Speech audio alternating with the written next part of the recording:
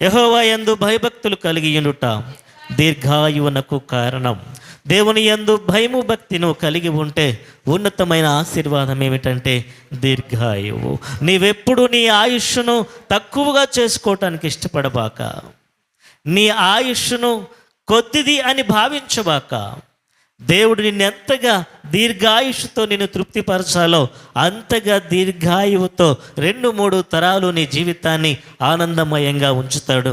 ఎప్పుడయ్యా అంటే దేవుని యందు భయము భక్తి కలిగి ఉండడం. 2020వ సంవత్సరంలో దేవుని యందు భయము భక్తిని కలిగి ఉందాం. తెలివిని సంపాదించుకుందాం, జ్ఞానాన్ని సంపాదించుకుందాం, వివేచన జ్ఞానాన్ని సంపాదించుకుందాం. అన్నింటికంటే మించిన దీర్ఘాయువును కూడా సంపాదించుకుందాం. ఇక నెక్స్ట్ మరొక విషయాన్ని మనం జ్ఞాపకం చేసుకుందాం. సామెతల పుస్తకం, అదే సామెతల పుస్తకం 22వ